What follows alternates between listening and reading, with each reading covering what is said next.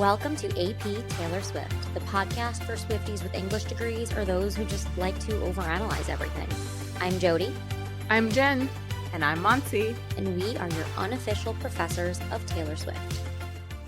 Welcome to another episode of AP Taylor Swift. This week we are doing a deep dive into the incredibly confusing song Question. Is that a question? You made it sound like you're not sure. What's the title of the song? The title of the song is a question. It's confusing. This is going to be a really interesting episode because I don't know if we will have answers to our questions, but we will have a lot of questions for the song Question. This is a continuation of last week's episode on rhetorical questions, so you can see why we talked about this, but go ahead and check that out if you haven't yet. We get into the chorus, quite a bit of this song, and just overall the concept of rhetorical questions and how those devices can be used as tools to create different effects, and it was a fun episode. So, as always, we do who's the author, who's the speaker, either way you want to see it, who are they speaking to, what's the purpose.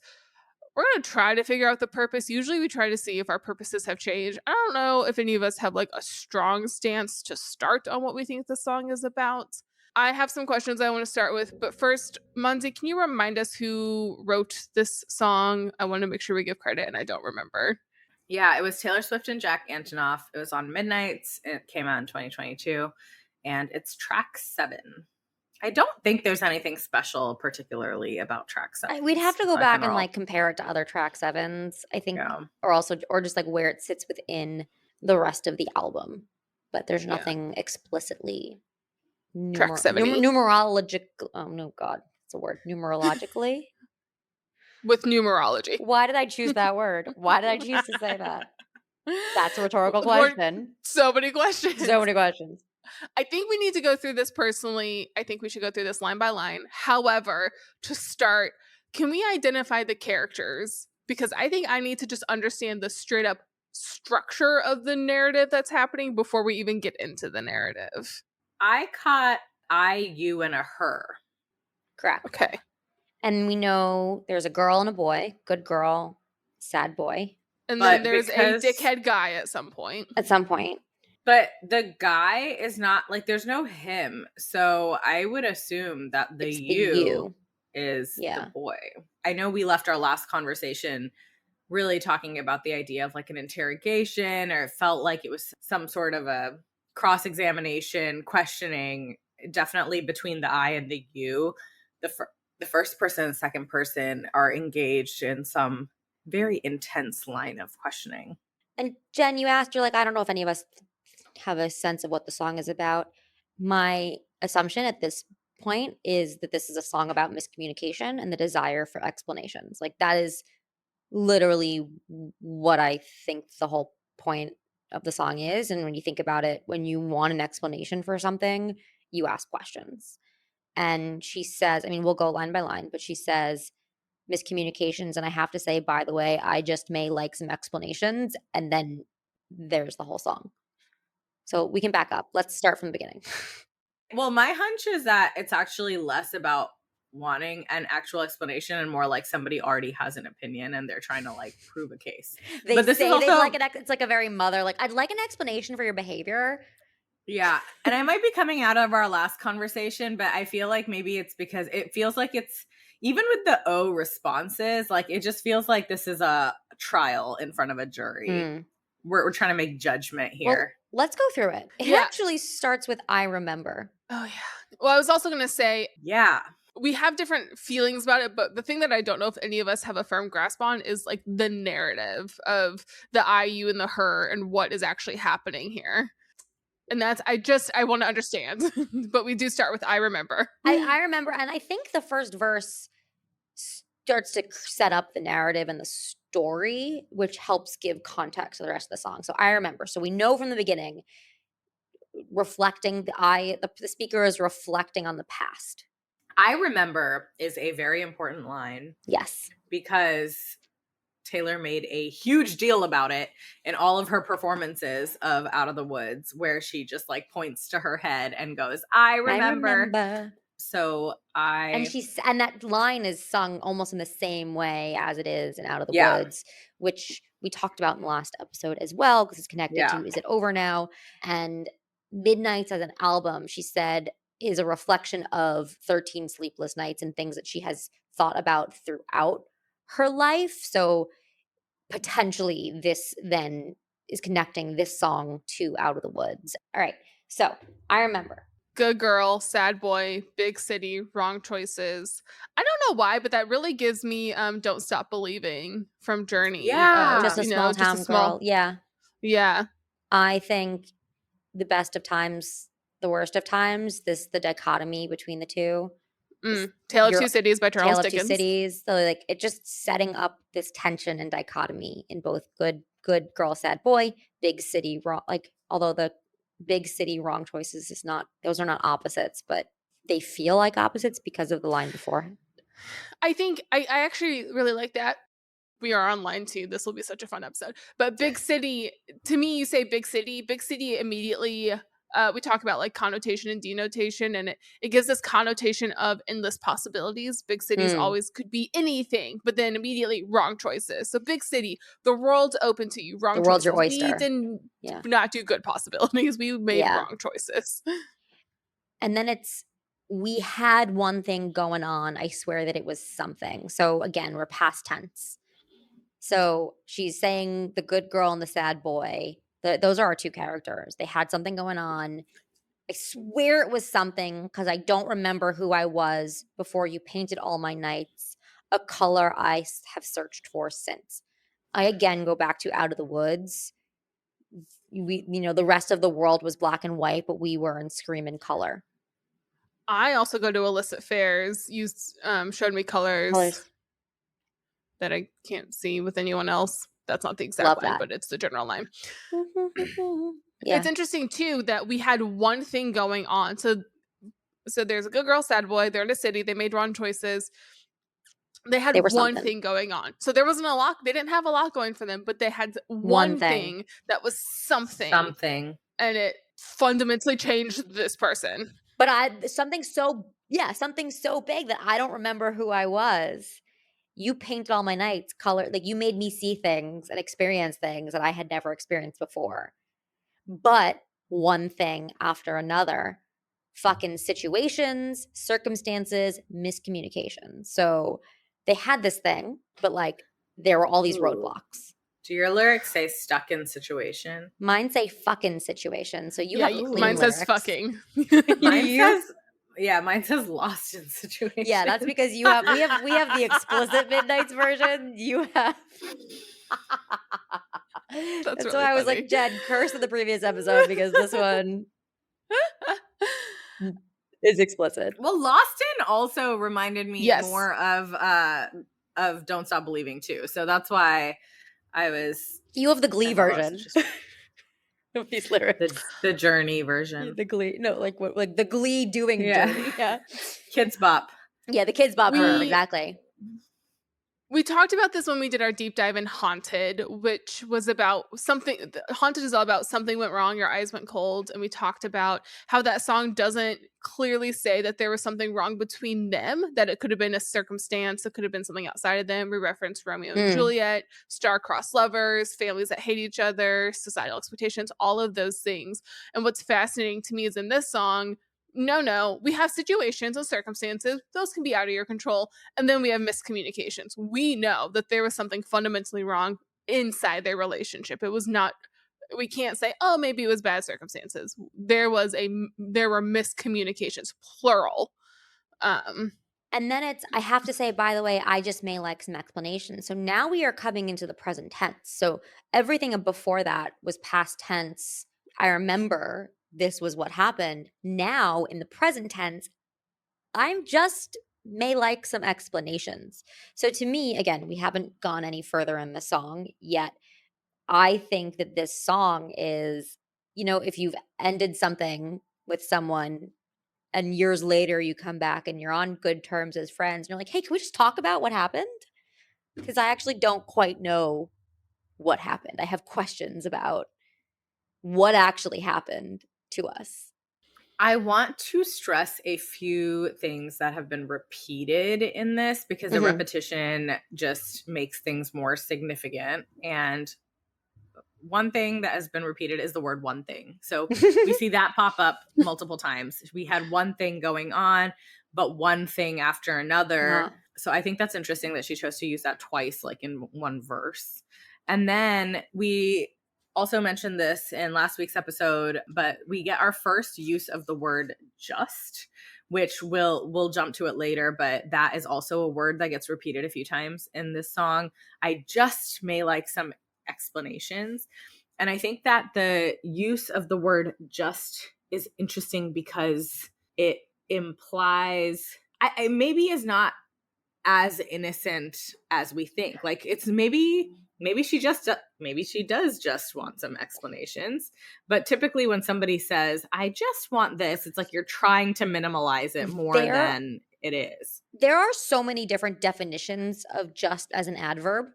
You've got exactly, so that's just what I need. You have very recently, I've just seen the local paper.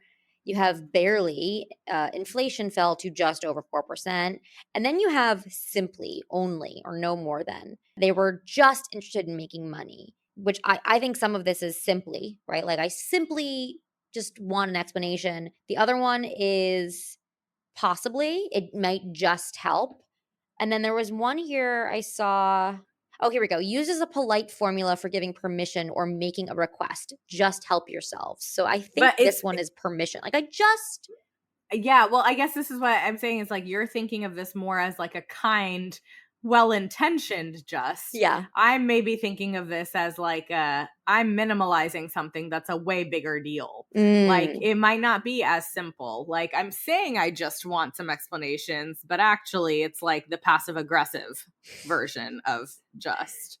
So anyways, we can wait to actually see what it means. Which one is it? More, but it's just like interesting because they can go two ways. Yeah. I think it's really interesting to have thoughts about just, but I also want to see how it goes in the rest of the song because I'm going to hold those at the moment. But the way that the narrative goes, obviously we have all listened to the song multiple times to prepare for this episode and as Taylor Swift fans.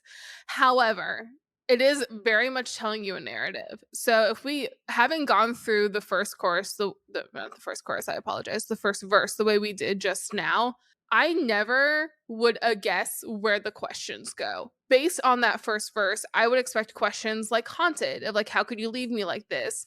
Or things like illicit affairs, where it's questions about, because I don't remember who I was before you painted all my nights a color of search for sense, one thing after another, fucking situation, circumstances, miscommunications, and then asking for an explanation. I personally, as I read that, would expect the questions to be about what went wrong in their relationship. Why was this one thing so powerful? I'm also thinking of That's the Way I Loved You, there's almost a question in that unspoken question in that song of why am I missing this passionate, toxic relationship and this person is just not that interesting to me? Those kinds of questions. We have situation, circumstances, miscommunications, and then we pivot to the questions and suddenly we get a her. And that is not, we don't get hints about that in the first verse. It's an interesting pivot. Maybe those are the situations and circumstances. Yeah. But we don't get any hint. All we get is that they made bad decisions. There was something really intense between them, but everything else was terrible and she needs an explanation. And then it just feels like kind of a turn to what these questions are, where you're like, whoa, wait, what actually happened here? I think the only thing that tells you what's coming and how big it's going to be is that she doesn't say, I just may like an explanation. It's, I'd like some explanation. So there are multiple things that she is coming at you with. And Monsi, this is where I'm like, yeah, I see where you're going with. This is like accusatory and not kind. I just may like some explanations. Just bear with me. It's not even like I would like some explanations. There's so much like passive aggressiveness that I'm reading because it's like qualified. It's like I just may. The other way to read it, it's still slightly passive aggressive, but it's this idea that women have to qualify everything. Yeah, like you're like sticking up a little finger. You're like, like some explanations. This isn't going to be big. I'm not going to really hurt. It's not going to be too much. I'm not going to ask too much of you. And it's a very female thing to do, to have to qualify what is probably very warranted. An explanation for why your relationship of whatever it was fell apart. Like, qualified, but it's also like making something more polite than it needs to be. Right, exactly. And so I think, whether it's passive aggressive or not, I mean, it's hard to tell based on the tone, or you can interpret it either way based on the tone. But the words themselves, you are correct. Just may, like some explanations, is a very female coded, I have to qualify and soften what I'm asking. Even right before that line, like I think if we're really nitpicking, like on every word with by the way, like I have to say, by the way, that I just may. It's not direct. I mean, some of it is the rhyme and lyric, but I also think like, okay, like these are tactics. When you use rhyme and repetition, you're trying to emphasize something, like you're drawing attention to this intentionally. And yeah, it's very curious. I was going to say the qualifier thing too, but I'm interested once we get through the chorus where just comes up again. I'm not sure I feel like it's a qualifier in the chorus. Then let's do the chorus. Okay. So can I ask you a question? Yes. Don't really care about your answer. I'm asking it anyways. I don't even think the answer is yes. There is no answer. It's we're doing I was answering you. It's the are you ready for it? Dun dun dun. It's the we are at the top of the roller coaster and we're going over it. We're going in. This ride is going and you're not getting off. And then the first question is after. Wait, can I ask you a question? I want to like the politeness is gone. It's thrown out the window, right? Yeah. Like I just may like some explanations. There's no, may I ask you a question, sir? It's just, can I ask you a question? Let's and go. It immediately goes into the question, and it's you're being cornered at a bar. That's what I was thinking. Cornering. It feels very cornered. Can I ask you a question? And there's no escape. And something so like, what is the question? It is so personal. Did you ever have someone kiss you in a crowded room? Like, excuse me, what? If somebody came up to me and asked me that question. Go, Jen. You go first because I was gonna say it's actually 3 whole lines is the question. It doesn't end. Did you ever have someone kiss you in a crowded room and every single one of your friends was making fun of you, but 15 seconds later they were clapping too? Can we talk about the contractions there? I have a question off the top of my head. Let me just spitball this. Let me just ask a question. Yeah. All these details. Just a question. It's just a question. This is the passive aggressiveness that I'm like really like, yeah, like may I just ask a simple question? Let me ask you the most unsimple question on the planet that's extremely specific about this one time in your life. Okay, but what does it mean? A weird question. Thank you. Yeah, what does it mean? So the only time I've ever seen someone applaud people kissing is at a proposal or at a wedding. Yeah. But it's not just they kissed you in a crowded room. It's every single one of your friends was making fun of you for it. But then 15 seconds later, they changed their minds and now they're clapping. Well, it could be a dare. Kids play spin the bottle. But then why clapping? Because it was a dare. And then, no, guys are so weird. Are you kidding? Guys clap all the time when their friends do stupid things. Okay. So they were making fun of you, meaning they were not supportive. And then all of a sudden, in 15 seconds, they decided to be supportive. Then what did you do?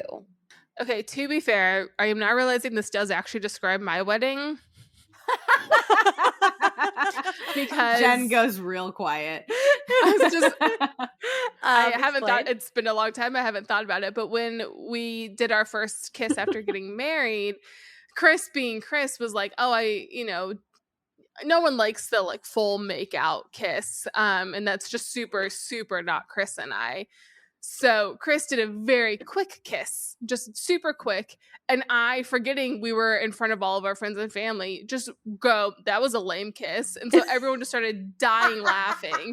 So he gave me a better kiss and then everyone was applauding because we were walking down the aisle. This is your song. That's really funny. Can I ask you a question? Yeah. Then there's what a picture did you do? of our whole there's a picture of our whole wedding party just dying laughing at Chris. Wait, Jody just said, and then what did you do? Because it's the next song. It's the next line of the song. Then what did you do? I got that. But then That's amazing. he did not leave my house that night, and we are still together, so it worked out. The second half doesn't work, but yeah. Did you leave her house in the middle I was like, where are you going with that? It's the next line. Did you leave her house in the middle of the night? She's like, oh, interesting. This song is about my relationship. That was a great revelation. I was like, it's just so weird. When would that happen? I was like, oh yeah. It happened. I insulted Chris about 2 seconds after we were legally married. You're listening to the song. You're like, yes, yes, yes. Okay, now you've lost me. Okay, so this could be about Jen and Chris's wedding. It could be about maybe someone surprising. Like he kissed someone surprising and unexpected. I kind of read this as like maybe people are like egging you on or like making fun or be like, he's not going to do it or whatever. Like I'm really imagining like bros. I'm imagining a bunch of guys egging on a guy and then he kisses He didn't kiss. Person. Okay, wait. Did you ever have someone kiss you? So it's not did you ever kiss someone in a crowded room. True. Did you ever have someone kiss you in a crowded room? Which would be another reason why guys would make fun of a guy is like if a girl comes out of nowhere, made a move. Him. So talking about the female male dynamic. Yeah. So she kisses him, whoever the she is, because we don't know yet who it is. Yeah. So he's kissed in a crowded room. The friends are making fun of you. 15 seconds later, they're clapping. Then what did you do? Did you leave her house in the middle of the night? Is the kisser? Is the kisser the speaker? This is where things get confusing. The way it goes is someone is clearly. That can be anything. That is very much. Do you ever have someone kiss you in a crowded room? I could ask someone that, knowing that I am the someone. You know, you can ask someone, have you ever had someone do this? And they could be like, oh no, I haven't. Like, you have. I did. This. It was like, me. No. But then we get to her. So there's clearly this third her. Well, I don't know if it's. I don't know if it's third. It might not be third. It could be. She could be. She could have been the third person. Like she could be. It could be like a hypothetical situation. Yeah. Did you leave her house in the middle of the night? Do you wish you put up more? So again, okay, keep going. Did you leave her house in the middle of the night? Did you wish you put up more of a fight when she said it was too much? Do you wish you could still touch her? So if I go back to the first verse, fucking situations, circumstances, miscommunications, what if this is about her, still the same speaker, and there was some miscommunication that caused him to leave the house in the middle of the night when she said it was too much, and he was like, "Okay, then I'm gonna leave," but he didn't put up a fight. He got offended. I have a scenario. Maybe. Great. Was this personal? I'm kidding.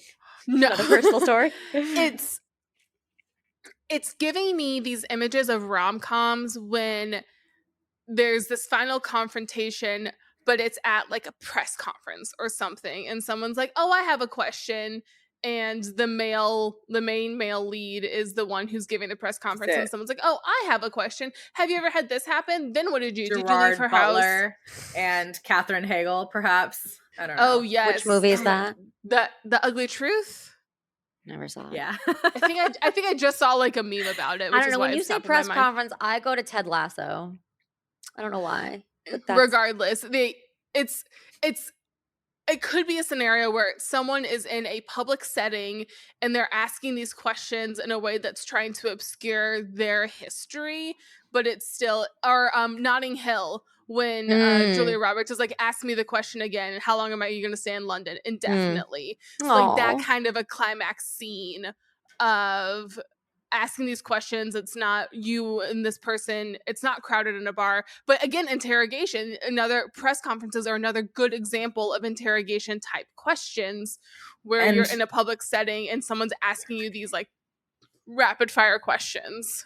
Yeah. And I get the little like sticking up one finger like, excuse me, I just have just one question. Just one second of your time, it's please. Keely and Roy Kent. But anyway. Okay, so I think based on this reading, like of this deep reading, this is so glad this podcast exists because now I think it is. She's talking about this. She's just she's using the questions to talk about her own situation. So I said in the previous episode that like she knows the answers to these questions. She's just telling the story of what happened through the questions. But whereas previously I wasn't sure if she was talking about like he kissed some other girl. No, I think this is about the two of them. There are two people. I think I can see that. I'm not totally convinced that's what it is. I feel like it could also be her defending like a friend or something. That was... I don't necessarily know if we have evidence, but I could see both. Like, I think it is clearly a personal line of questioning. So it's either herself or someone who she knows very well. But there's not I think what I'm saying is there's not a third woman. There's not like a third woman. I guess woman, I'm saying... other no, woman? I'm saying that there could be a third woman, but if it was, like, it would have to be someone she knows very well, like a close friend. I meant the other woman. There's not like he kissed somebody. Like I say, so what you're saying... Like, yeah. You're saying like an infidelity cheating, situation. Like, right. Yeah, I don't think there's an infidelity cheating situation at this point. I think she's reflecting on something that happened either about her or, to your point. So I guess that's my question, is like, what makes you think that it could be something else? Because if we go back to the first verse, it's I don't remember who I was before you. Okay, hear me out. This could be... So I'm going to set up a scenario. Say it's me. Say it's my best friend, my childhood best friend's Lisa. Lisa's happily married. This would never happen to her, but I'm going to use her name. And then then there's a guy, and guys don't need names. He's just some guy. And the thing is, though, is in the verse, it's just I. So it could be the guy. It could be the guy reflecting on this. So it's like, I'm going out with my best friend's ex to be like, hey, dude, what happened? And he's saying, good girl, sad boy, big city, wrong choices. It all kind of fell apart.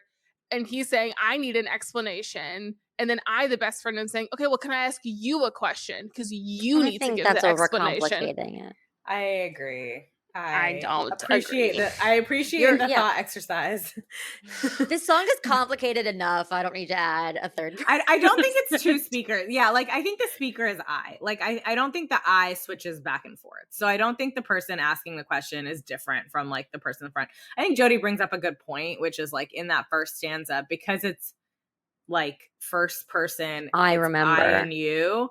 And then in the second stanza we introduce to her, is her and I the same character? We're going to confuse the shit out of someone who's never actually listened to the song. I see what you're saying, Jody, and I think I'll decide. That's my theory for now. Into that's it. Where I. But I think I get where you're coming from. I'm just not totally convinced, because I am like, why did she switch to her? It's interesting, just for the sake of... Well, it's an interesting device to use to separate yourself out, to like take this 30,000 foot view and to almost depersonalize.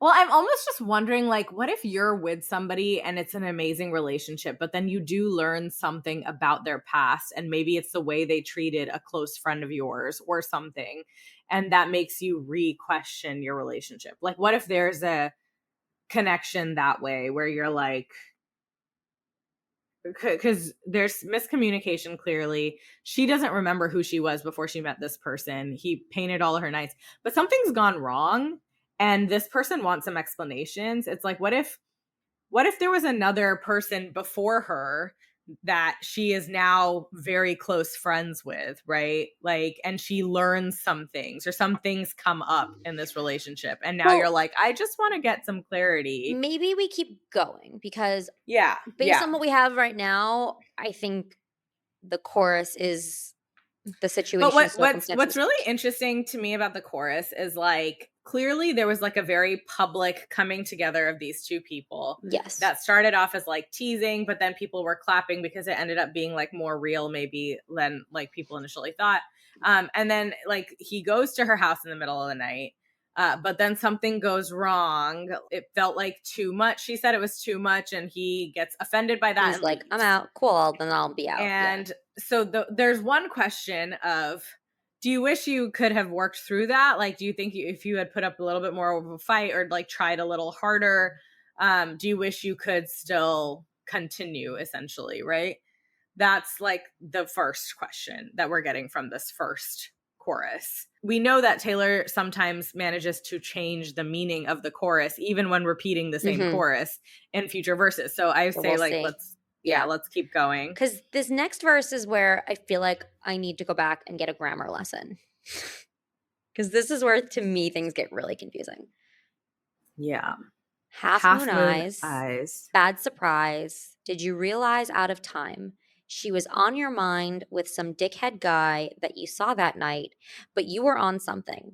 It was one drink after another, fucking politics and gender roles, and you're not sure, and I don't know. Got swept away in the gray. I just may like to have a conversation. Where are English teachers? Jen, help. I got nothing. This verse makes no sense to me. And this is where like we have third person again. We have she. We also have I in and here. And you. So we have all three again. And this is where I'm like, okay, is I and she now the same person again in this also? Or do we feel like we're And then we have a dickhead guy. Like, let's not, we've got four. Yeah, that's true. Then there's also this other guy. Because to me, okay, half moon eyes, bad surprise. So half Which, moon by eyes the way, yes, in the Kids Bop version, it's meathead guy. That's amazing. I have half moon eyes, but I don't think I'm a bad surprise. What does that mean? Half moon eyes, bad surprise. Like the bad half moon eyes, I get it. You're describing the way someone smiles. Cool. But bad surprise? I feel like bad surprise might be for the next line. Okay, so bad surprise. Bad surprise. You realize out of time. I see. So that's a very interesting bad surprise choice. is that she was with some dickhead guy. So maybe he's smiling and he's happy. He's happy for a second and then gets a bad surprise and realizes. But it's an interesting choice to put those two phrases on the same line poetically, because it complicates your my reading of the story. So she's asking another question here. She's saying, "Did you realize out of time?" So if bad surprise is like the second thing, part of this could just be the way it's going with the music, but it's like half moon eyes, he's laughing, he's smiling. Bad surprise, shift. It's like something happens, there's a shift, and then she's like, did you realize out of time that, like, did you realize too late? Out of time is such a weird use of words too. Well, there's a lot of prepositional phrases, and maybe that's where I'm really getting confused. Out of time, on your mind, with some dickhead guy. That you saw that out of time is essentially too late. So did you realize too late? That she was moving on. Whoever the she is. Yeah. That like perhaps whoever she is moved on and you realize too late that you do wish you would have put up more of a fight. Okay. So in the chorus, it was you left too soon without putting up a fight. And now it's you realize too late that she's already moved on. Yeah, I'm going to assume that he's still referring to that night. So like we're talking about that same night where he left in the middle of the night, right? I don't know. Do we think it's that same night? Because it says that you saw that night. The point, I think it's like, this is one of those songs, like so many of her songs are really relatable, and this is one that is not. It's like very, very specific. So it's relatable. The way that the details are crossed out. Here's where it's relatable. If you live in New York City and go out on the Lower East Side where you can be out until 5 o'clock in the morning and you do this on Thursday, Friday, and Saturday night, that's where it feels relatable. Not to me. Yeah. But to somebody. Well, I'm like, I just, the very specific details is an interesting choice because it's like, you're onto something, but you don't know quite what. Like, you're like, something happened. No, you were on something, not onto something. No, no, that's the lyric. But I'm saying that, like, I'm just saying that, like, as a listener, you're trying to follow along with something without having all of the pieces because it is specific. We might not know what night we were talking about. Like, we may never. I don't know that it matters. Well, I'm almost wondering if the chorus is essentially a one night stand. So a stranger kisses you in the room and you went home with her. We don't know if it's a stranger. Someone kisses you in a crowded room, then you clearly went home with her at some point because you left her house in the middle of the night. Do you wish you put up more of a fight when she said it was too much? So I'm wondering if it like started that night, that the night in this verse is the night that someone kissed you in a crowded room when everything started. That's maybe because she was on your mind with some dickhead guy that you saw that night. So maybe she came with another guy. Yeah. And that's why he was or was flirting with another guy or something. So on the one hand, and he was first drunk. Verse says we had one thing going on, so that could be, but then it's one thing after another, and I think if it was a one night stand, that's just there's not enough time. I'm gonna forget I think the that like first it verse started for like a one sec. night stand. Yeah. No, I think the first verse is actually really important, but I think we have to like come back to it at the end because I think that is actually like maybe the final puzzle piece. But like we're in this like scenario. I'm actually now like based on what Jen said, thinking this guy, the one who we're calling you second person, he was drunk on that night. Okay. It was one drink after another. Caught in politics, gender roles means like passionate. Fucking politics. I love the kids like, bop version. What? It's your kids bop version says cotton politics, but the real version is fucking politics. I'm pulling up the real lyrics. This is stupid. The politics and gender roles to me just like is like it's another things word you for argue passionate over. Convos. Yeah, passionate conversations. So I think the dude is drunk. He was like having all these like really passionate conversations this night. At some point there was a kiss that everybody was first making fun of him. Like I'm just imagining boys club, like people having all these discussions, people making fun of him. Dude, but then people start cheering and then he goes home with this girl. But remember, he's drunk. And maybe she says it's too much, but he gets offended, overreacts because he's a drunk dude, but he does leave. And maybe the reason that he even considered her that night is because he saw her with another guy to begin with. So like maybe he would have never gone for her if he hadn't been triggered by this other guy. And he realizes all this too late. Like, did you realize all this too late? Because in the moment he's drunk, right? But it's like then thinking through it after the fact, it's like, okay, this is what really happened. Does that make sense? Yeah, I definitely think regardless of relationship or not, that the phrase that night is referring to the night someone kissed you in a crowded room. So like a lot went down that night. Yeah. I think that kiss was incredibly pivotal. Like is like the cornerstone moment of whatever happened afterwards. I think that can be correct that on your mind, that guy that night from that night. Whether or not this second verse is the same night, I don't think so, but it's the same characters, the same situation. I mean, to me, it's like a feeling of chaos. Like what this third verse does is it introduces like just how much chaos there was potentially happening that night. And now we go back to and repeat the chorus. So it's like, okay, now like, I want to have a conversation. It's like got swept away in the gray. I may just like to have a conversation again. I still want to know what happened. Like it's like, yeah, like there was a lot going on that night. Can we revisit it and talk about it again? So now knowing that we have that context that there was all this chaos, she repeats the chorus. Does the chorus's meaning change? I don't think so. To me, the chorus's meaning does not change. It just reinforces the chaos and the like, wait, no, I still want to know what happened. We just got swept. You're not sure. I don't know. Got swept away in the gray. I just may like to have a conversation. Like the first time I just may like some explanations. Now I just may like to have a conversation. So the only thing that could change is instead of peppering him for explanations, she's inviting a response by saying it's a conversation.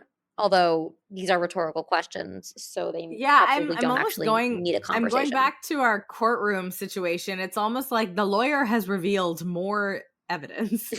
It's like first they asked a bunch of questions. Now it's like, okay, but let me like paint a picture for you. Like this is what was going on that night. There was a lot of chaos. You were drunk. You only even thought of this girl because you happened to see her with one of your buddies like 15 seconds, or that guy that you hate, like some dickhead guy. Yeah, and like now knowing all of that, like, do you wish you could still touch her? Do you wish you had put up more of a what's your answer to these questions? Yeah, it's almost like it's like you ask these questions first, you reveal more information. You're like, think about it. It got swept up at that moment because you were drunk, but like let's like really think about what was happening. Like was when she said it, like, do you wish you put up more of a fight? Do you wish you could still touch her? Like, what does that change the implication at all? I feel like there might be more going on with the fucking politics and gender roles, and you're not sure and I don't know line. Right, say more. I don't know more. That's just, So I feel like there's something again, going on there. I go back to, and the reason this is like fresh in my mind is not because I've been out at a bar doing this, but I was on the Lower East Side last night. I went to a dance class and then a candy store. So very different vibes than what was going on around me, which was lots of young 20-somethings piling in and out of bars, chaos. And I mean, and this was like 8 o'clock at night, so it wasn't even that late. But there is that feeling of, especially I get that feeling from your friends making fun of you and clapping, and from one drink after another, and just this sense of this crowded space with people. And I think that also comes up because I don't know if it's the second chorus or the third chorus, in the song, you actually get cheers. You get the group of people that actually cheers. You actually hear the friends clapping and cheering. So the only thing that I can think of in this second verse, politics and gender roles, and you're not sure and I don't know, is just these heated conversations that get politics and gender roles are hard conversations to have sober. Having them drunk and on something is next level. Like, it is going to spiral and get chaotic.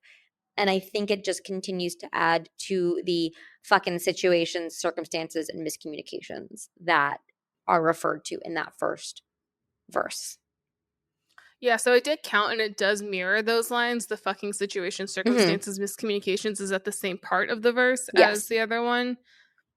I think it feels to me that, we had one thing going on. Clearly, the one thing is some sort of passion or chemistry. That seems pretty obvious to me.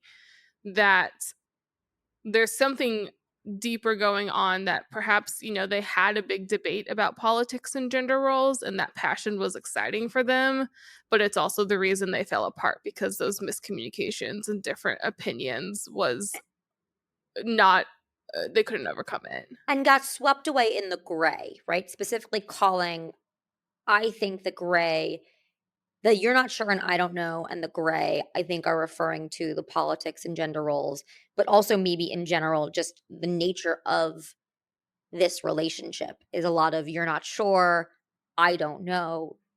This whole relationship feels like a gray area. It feels like, if we're implying that the disagreement was like the miscommunications were about more serious things like politics or gender roles, that feels a lot more serious of a relationship than I think this song is. That I don't know. I think the miscommunications are, she said it was too much.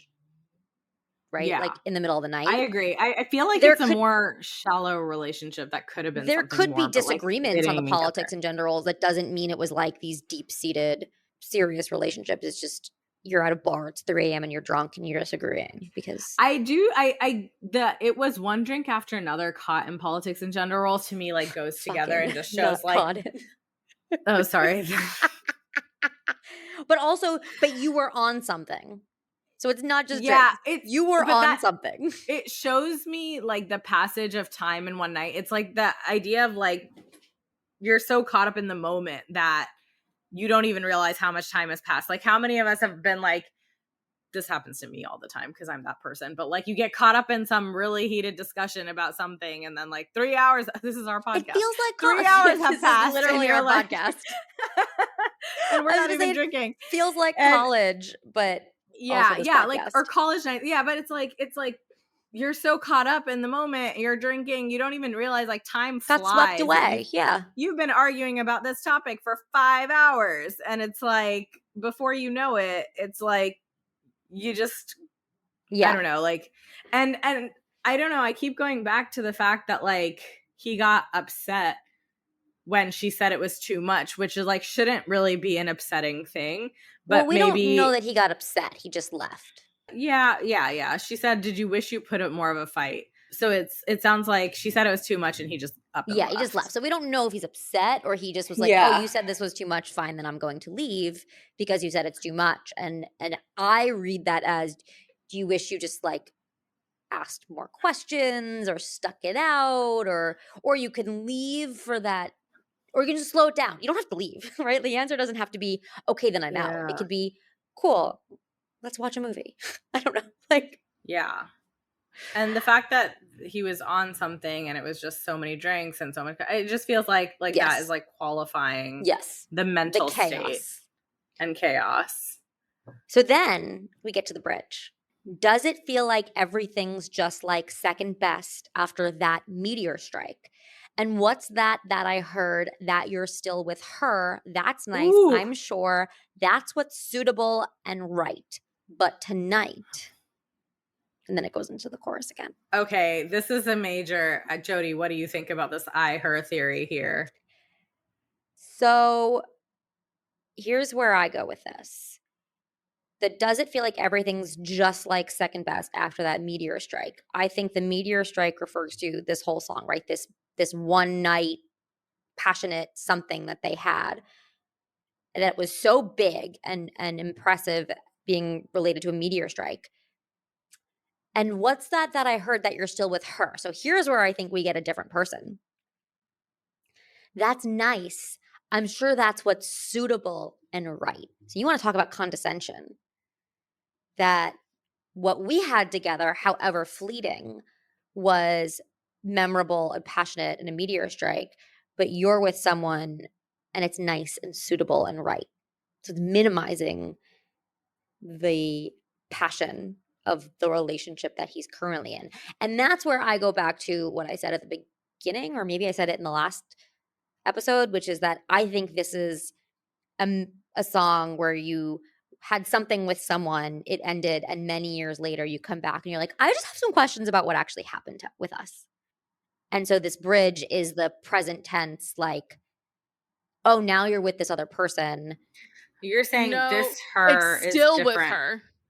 It's not are you with her now, it's are you still with her. It's an But maybe ongoing. they're together for a long time. Yeah, but Jody's saying that this her is a different her different person. than Yeah. the Yeah, one it's a different that's in person. all the other Yeah, hers. you're in some new relationship now that you maybe have been in for a while. Yeah, and I guess it has to be a different person because why else would you say, do you wish you could still touch her? Like Right. the person that he's with currently has to be somebody else. Right. I always read the chorus as this kiss in a crowded room was a moment of cheating. Actually, that the person was with someone else and they had this night of passion and he chose to go back to the other person to not fight for the person with passion. Mm-hmm. And this is that person being like, hey, I'm just wondering, like, are you still with her? What happens? Like, are you still with her? That's suitable, but is it still second best to the meteor strike we had? Interesting. Okay, so for you, this whole situation is this guy was cheating with the person that.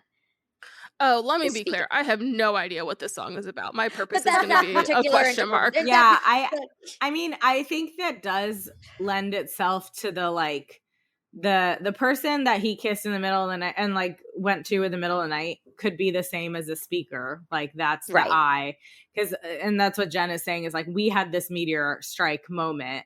You walked away. Do you think you overreacted? Do you wish you could still touch me? Like substitute all of those hers essentially with me.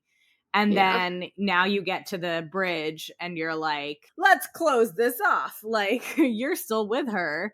Like I hear that you're still with this woman and I'm sure that's what's suitable and right. To your point, minimizing like I'm sure that's just fine and dandy. Right. But tonight, now that here we are together again. I have some questions.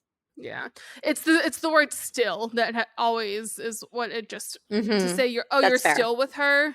That makes it be like, well, he was with her at some point in the past, and it could have started after, but it feels like running into that like one night stand, like perhaps a one night stand of super passion. Yeah, maybe the miscommunication was that like they didn't communicate about this other person who was involved in the situation is that all of that. I think the miscommunication is around the leaving and I think they just never addressed it again. I get the sense that he left, like she said it was too much, he left and then they just never talked about it again. And it got swept away somehow in the gray and here they are tonight. And they happen to be face to face again. And she's like, well, you're still with that girl. That's nice. But can I ask you a question? And now, I mean, I almost like want to go back to the first verse now to like knowing that if you put together like she was a good girl, he was a sad boy. Oh, he was a boy, she was a girl. Can I make it any more obvious? Anyway, sorry. Skater boy. Yeah. Sorry. Yeah. And big city, wrong choices. They had one thing going on. Wrong choices. There we go, Jen. I mean, I don't buy my own argument, so. I know. I can tell because when you do buy your own argument, it gets very passionate and heated. And you're just like, oh, I still don't fucking know what the song is about. For our listeners, Jen's face is so pensive right now. There was a hand on chin a second ago. Like, she's like, there's a lot of thinking. Deep dive and I still don't have any answer. I'm ready for the purpose. Are you guys ready? You're ready? Jen, yeah. I'm still I'm almost there. I feel like I'm really close. But okay. I'm like, we'll keep going. So the speaker who is the girl is definitely the same person at the very, very end. She's the person who's doing all the interrogating. And I think she is the person who's the object of the interrogations also. I'm aligned. And I think she thinks about it often because she's like, I don't remember who I was before you. You painted all my nights, color search for ever since, one thing after another. So she has been like thinking about him this whole time, but maybe he moved on, didn't think about it, swept it under the rug. Yeah. And he's still with the girl that he was with even at that time. And maybe the miscommunication is she said it's too much and he thought that meant she's not interested in him, but maybe the too much was the fact that he's in another relationship or like something else. And that's like where the miscommunication happened. Is that what did I summarize what you think also? So I think that there are some relationships, and I use that term very loosely, that are very ill-defined. They don't really have beginnings and ends, and they are just confusing messes and tangles of interactions and situations without actually having a conversation about what are we actually doing here and what's going on. And I think this song is confusing because it's describing one of those relationships. And she's not even sure herself if she wants to know the answers. Yeah. Right? Like this is so, I think it is just reflective of the type of relationship and situation. And maybe I should use the term situation and not relationship because I don't know. This song is called Question because there are questions, and this song is confusing because the situation is confusing. And so that's where I don't think I've ever said this on this podcast, but like maybe you're not supposed to read deeply into this because you can't, because that's always the wrong answer, Jody. If you say that, that's always the wrong answer. This is English class 101. It's like, if you're like, maybe we're not supposed to analyze it, it's like, well, you're wrong. Well, then my analysis is that it's confusing for a reason. Yeah. And the rhetorical devices she's using and the rhetorical questions that she's using and the confusing structure. And I asked the question, why would she put Half Moon Eyes, Bad Surprise on the same line? Like, it is meant to be confusing. One thing that I think is interesting is that even though the lyrics themselves are really confusing, and even in the title you have this ellipses and question mark, which like leaves uncertainty, the actual music itself and the way that these lyrics are sung, like the tone, doesn't feel confusing at all. It actually feels very know-it-all. Like, we talked about condescending. We talked about putting someone on trial. We talked about like building a case and leading to a conclusion. It's not how the song feels. There are two very different kinds of parts of the song that are coming together. There's the lyrics themselves, which feel very confusing and uncertain. But in the song, she's literally doing some sort of like an interrogation. And then you have this like background voices that are like, oh, like there's sarcasm and the justs that keep repeating. You're like, it feels like there's a little bit of condescending, passive aggressiveness, didacticness. Like, you're saying, can I just ask you a question? Like, I don't actually need the answer to this question because I know the answer. The tone that you get from the actual way it's sung is a little different from what we're getting just reading it line by line. Is it I don't need the answer, or it's been so long that does an answer really matter? I feel like it is. I mean, this was what we talked about in the rhetorical devices, rhetorical questions thing. It's like it almost there is an answer in this line of questioning. There is an absolute answer, but it almost, and maybe it doesn't matter, but it's like the way that it's being laid out is almost to make a case. It's like you're building a narrative it's like she says all these questions first without any context. Then she adds context about like, well, what was really going on that night? Then she asks it again. And then she adds the bridge, which is like further line of questioning, and then really drives it home again with those same questions. And it's like, there's a case being built out here. And it's almost like whatever your answer is, it almost doesn't matter, but it was still done for a purpose to get some sort of a dramatic response, or to elicit some sort of response. Maybe she wants him to feel guilt. Maybe she wants him to think about it as much as she has thought about it. But it's definitely not just like a lighthearted, like retelling of the story. Just by retelling of the story. Yeah. Are we ready for the purpose? No, but go for it. I mean, I kind of already said it, which is I think that the purpose of the song is to lean into the confusion and the questioning around this type of a relationship, especially, again, I think this song, it starts out with I remember. So this is reflecting back on a situation. And then in the bridge, we know that, are you still with her? So this is coming back many years later, and there is still this confusion around this situation and relationship. And so do I completely understand this song? No. But I think, as the speaker, does the speaker completely understand what happened in this relationship? No. And I think that is the point. The point is that this situation, this relationship has still, this many years later, it was just the only thing you can really use to describe it is a meteor strike, which is both like has positive and negative connotations, but it's big and it's impactful and it leaves a mark. And that's what this song does. Yeah, I think that this girl has been moved a lot more than the guy has. And I think she just wants him to feel something. And so she's like bringing this all up when given the opportunity to like get some clarity, but not even really get closure. It's more of just like, I want to make him feel something. And I think the line of questioning is to like get him to like think about it, because clearly she has spent a lot of time thinking about it. But at the same time, I also think that she's like moved on and like doesn't actually care about what he has to say. She doesn't need an answer. She's just asking the questions to like evoke a response. That's it. Yeah. I think the bridge fundamentally changes the whole song for me. I think without the bridge, it would be a completely different song. But the bridge is all about the other relationships. Everything's just second best.